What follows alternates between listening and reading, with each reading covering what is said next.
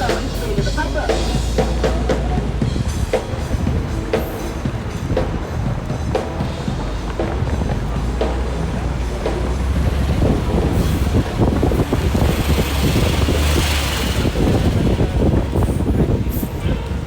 And the large glass building on the right with the white stickers in the windows is the Toronto Metropolitan University Student Learning Centre. It's like the gates to the Toronto Metropolitan Campus.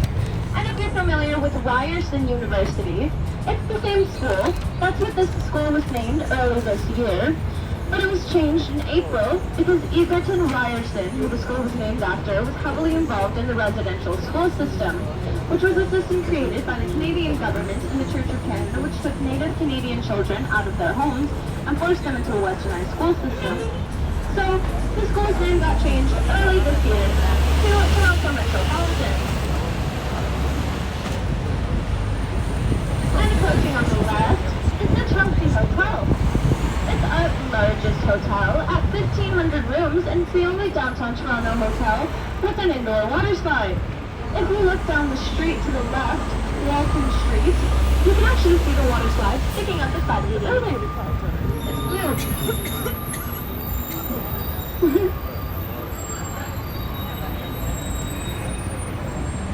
And the tall condo to the left is the Aura building.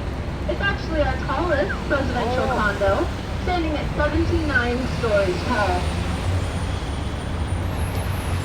It's called the Aura building with a bare LED strip that spans from the top of the building about a quarter of the way down. It's a very notable building in the Toronto skyline. You've probably seen it if you're familiar with our skyline.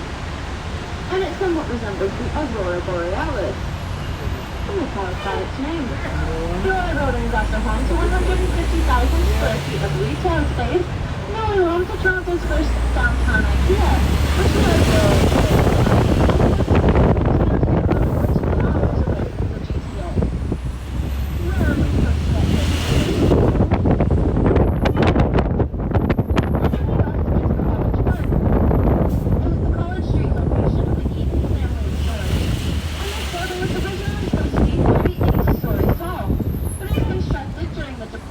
so the 7-story building standing today is all that's being completed.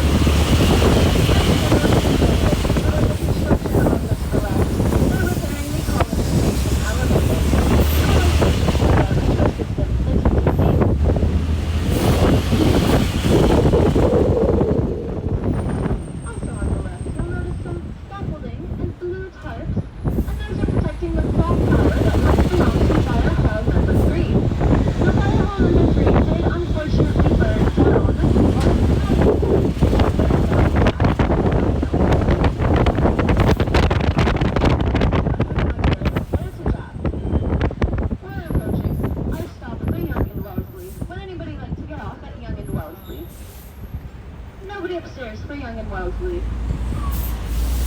I'll let you know when. So the Ontario Heritage Act is a policy that ensures the preservation of historical buildings in Ontario. It states that you can renovate and change the inside, but you cannot whatsoever change the outside of the foundations of the building. So a block to the right of Yonge and Wellesley is Church and Wellesley, and it's Toronto's largest LGBTQ+ neighborhood, known as the Village. And you can see the Village's influence in this area with the rainbows on Scotiabank. You see a rainbow in this area, it's because of the proximity to the Village. In 1981, Toronto police orchestrated Operation Soap, which consisted of raids of 4 neighborhood houses in the Church and Wellesley area. Some 300 men were arrested, which sparked enormous controversy in the LGBT community. It evolved into massive protests and rallies, which eventually evolved into Pride Week, now Pride Month. In 2014, Toronto hosted World Pride, which was a legend parade, attracting more than 1 million people, until 2019, and if there's any sports fans on the bus, you'll know what happened in Toronto in 2019. Our basketball team, the Raptors, won the NBA Finals. That parade attracted over 2 million people and lasted for over 5 hours. But a fun fact about that is that the Toronto Raptors actually took one of our Citysightseeing buses young and Isabella. Nope, nobody upstairs for this stop, but we are gonna let the people on.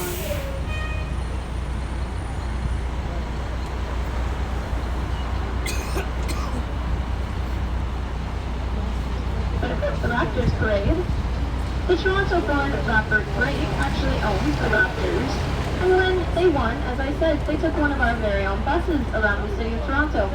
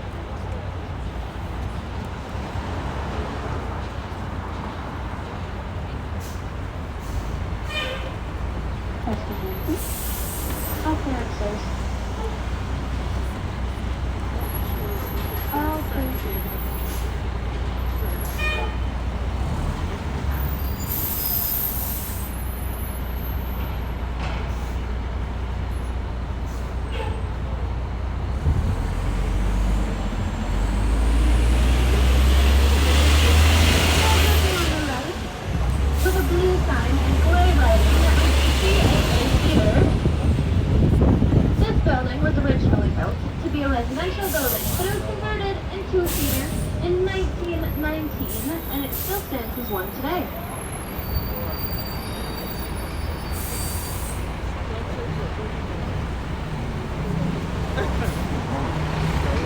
And across the street, on the right side of the bus, there's a building that's half gray and half sort of brown, and it reads Postal Station F. This building was once a postal station, but it no longer is one today. Today it is a McDonald's. But this is another building protected under the Ontario Heritage Act, so they cannot whatsoever change the outside of it. They must execute Association Act. And today it is a McDonald's. It's not horrible. It's through Wi-Fi. And on the right, this tall condo is one Bloor. One Bloor stands at 76 stories tall, while the oil building stands at 79. We're having a little bit of a condo wars in the city of Toronto. The building across the street from One Bloor is also a condo, and it hopes to be 85 stories tall when it's completed, taller than the Aura building. One Bloor is also the only residential condo in Toronto in which you can get to our transit system, the subway. You wouldn't even have to leave the building to get to the TTC. Our Toronto Transit Commission is made up of 3 modes of transportation: the streetcars, which is an above-ground train, the subway, which is an underground train, and the buses, which are buses. And on the left,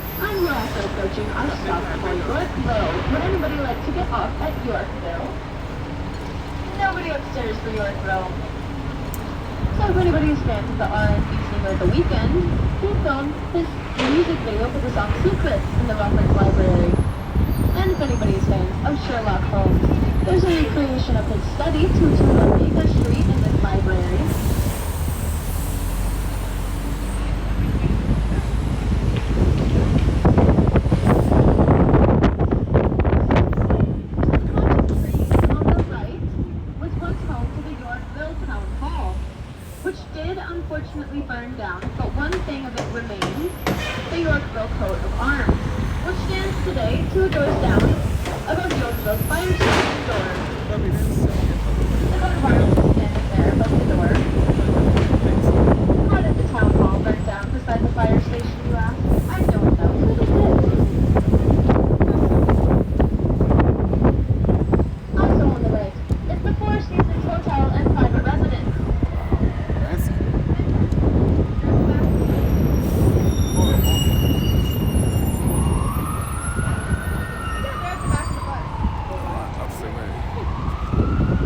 So, the 57th floor of the Four Seasons Hotel sold in 2011 for $28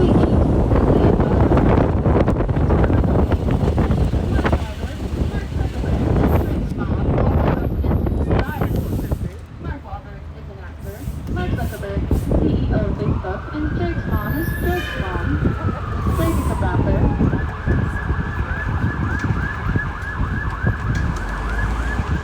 We do ask that you please stay seated on our tour. Thank you so much.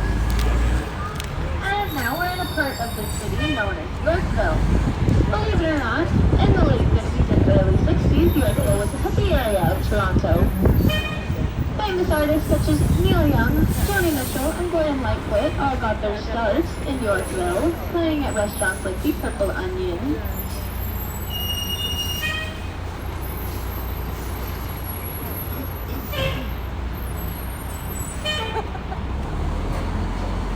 And approaching on the right is a short, cream-colored Chanel building.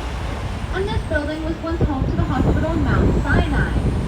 Mount Sinai was founded when 4 immigrant women from the Jewish community came to Toronto and learned that Toronto doctors were not welcoming of Jewish doctors. So they banded together and raised $12,000 to buy that building. Later on in our tour, I'll show you where Mount Sinai stands today. Also on the right is a luxury hotel in the city of Toronto known as the Hazelton. The Hazelton Hotel has an average 600 square foot room with luxury French doors and custom furnishings. And right now, there's probably a number of notable famous people sitting here because we're hosting the Toronto International Film Festival. Some notable people who have stayed here in the past include Beyonce, Justin Bieber, and Adam Sandler. It's rumored that you can't actually visit the shops in the lobby of the Hazelton because of how many famous people stay there. However, you can visit them if you have a room. Sometimes I forget to mention that part. People are like, oh, there's shops, but you can't visit them.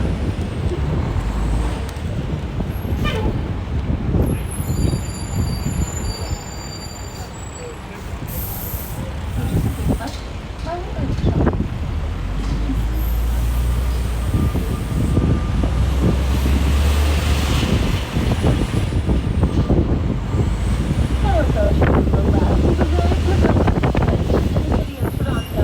Known as the Church of the Redeemer.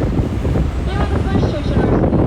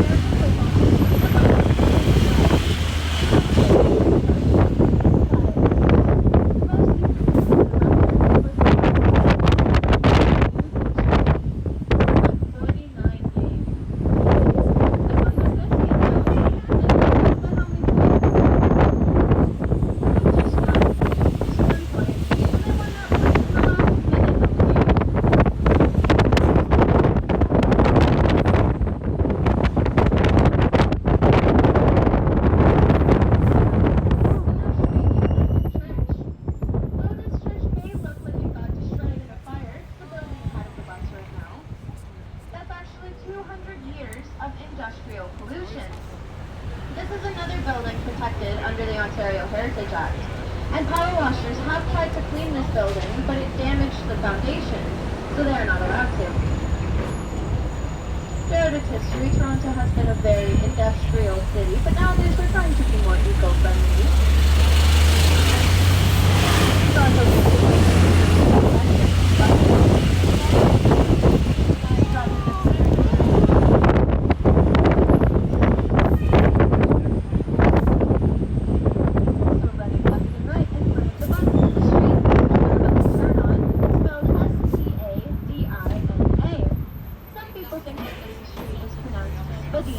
Some people think it's pronounced vagina, but it makes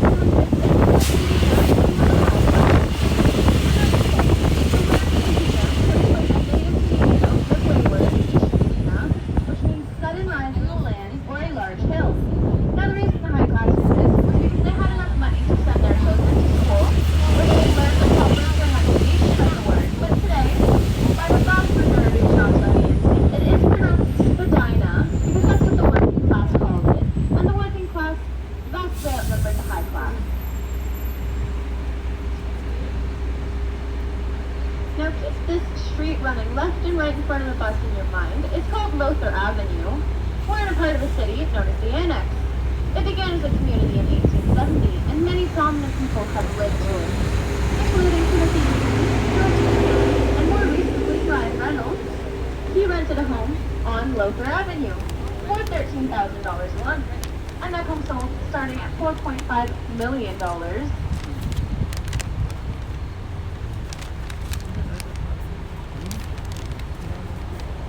And just so everyone knows, right now we are en route to our beautiful Casa Loma. It is the next stop on our tour.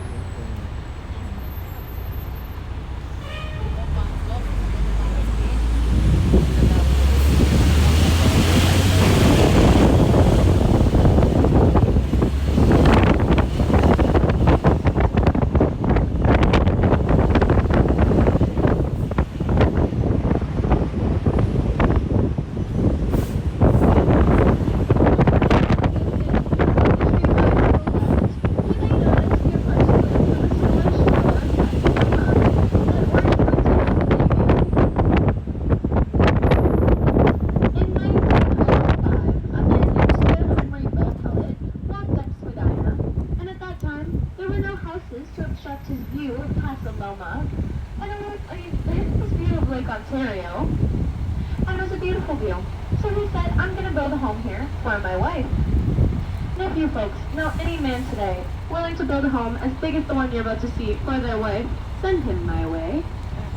Casa Loma was built with 98 rooms, 30 bathrooms, 25 fireplaces, 2 secret passageways, and a 5.5-acre gardens, all for only Sir Henry Moe Pellet and his wife, Lady Mary Pellet. The average budget for a house at the time was about $2,500.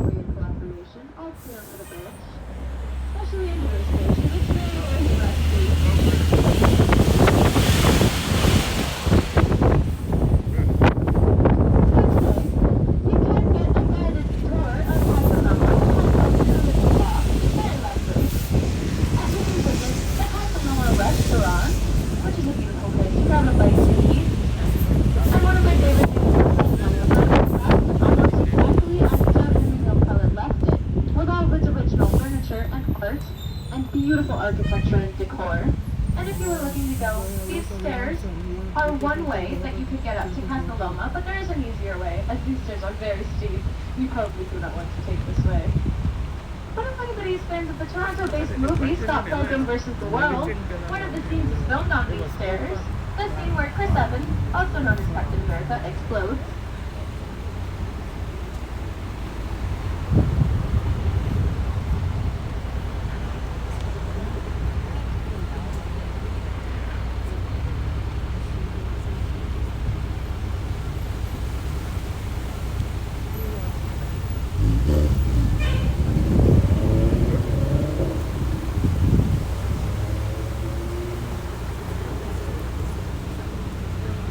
Another interesting thing that you can do at Barcelona is that sometimes they host escape rooms, which is like a large puzzle, but you use the entire room to get out.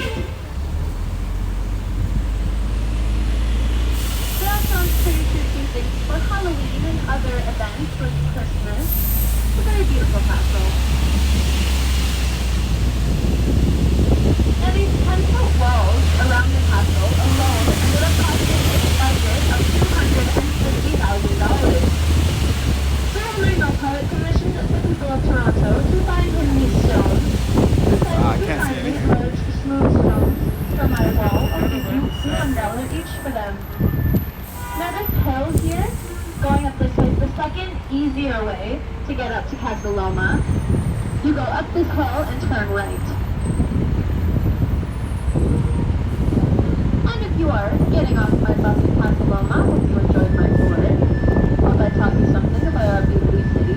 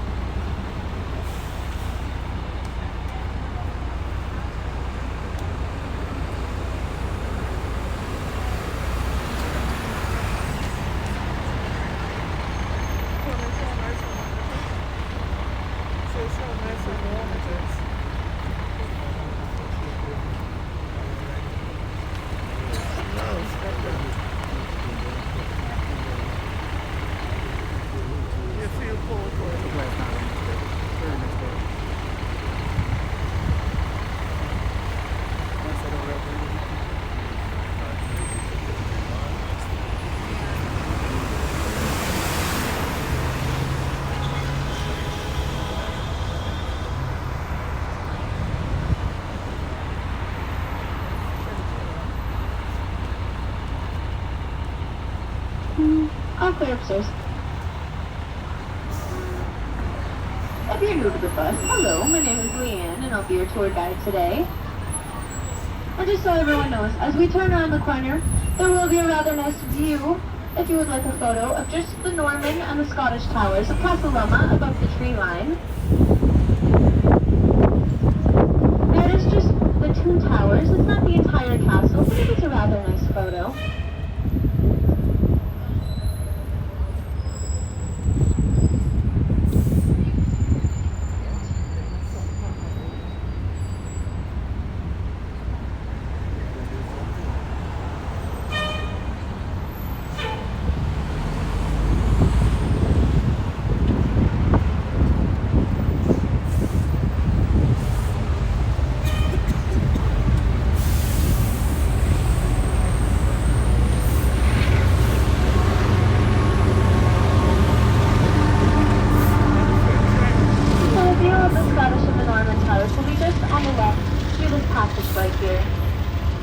Please slow down.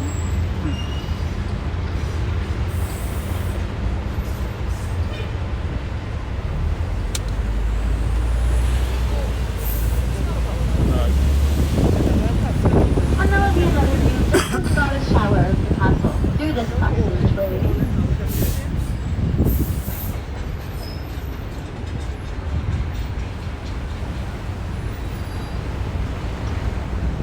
So Castle Loma does look like a castle, but technically it isn't one, because what qualifies a castle is that a royal family has had to have lived in it, and no royal family has ever lived in Castle Loma. And when you're able to pass into that low-hanging bridge again, please stay seated and keep your arms and hands inside the bus. All clear.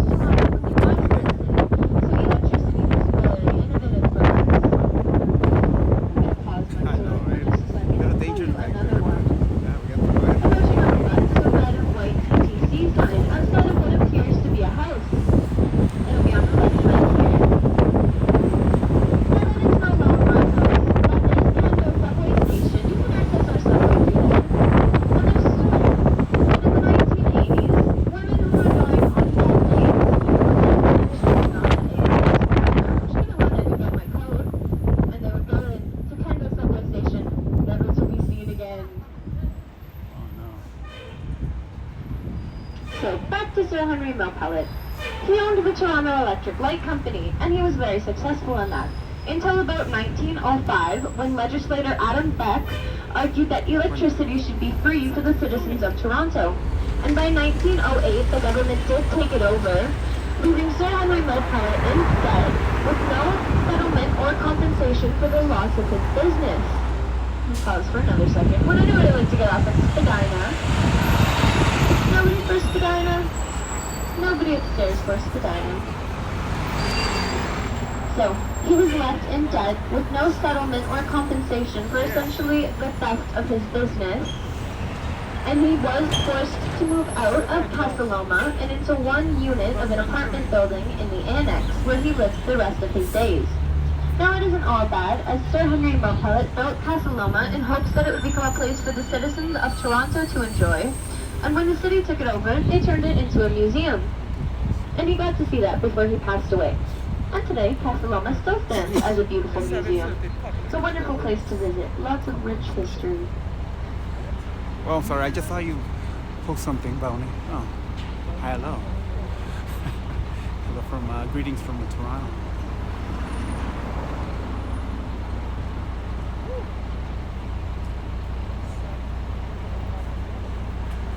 Everyone, make sure you're staying hydrated today. It's a very, very sunny day. Thank you. I always do.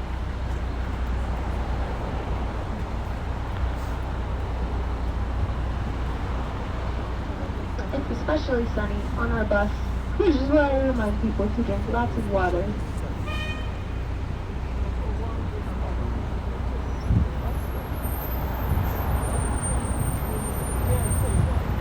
So across the street to the right is the Miles Nadal Jewish Community Center. It's a place dedicated to serving the Jewish community and the communities of Toronto for recreational and educational reasons. They're also the only downtown Toronto community center that has an indoor heated saltwater pool. And they just celebrated their 25th anniversary. The Miles Nadal Jewish Community Center is to the right of the bus, across the street. Hi, Bounty, how you doing? Just saw you post right now, but you say good day. I think it's nighttime for you almost. But yeah, it's a very nice day over here. It's about 2 o'clock over here, or 1400 hours.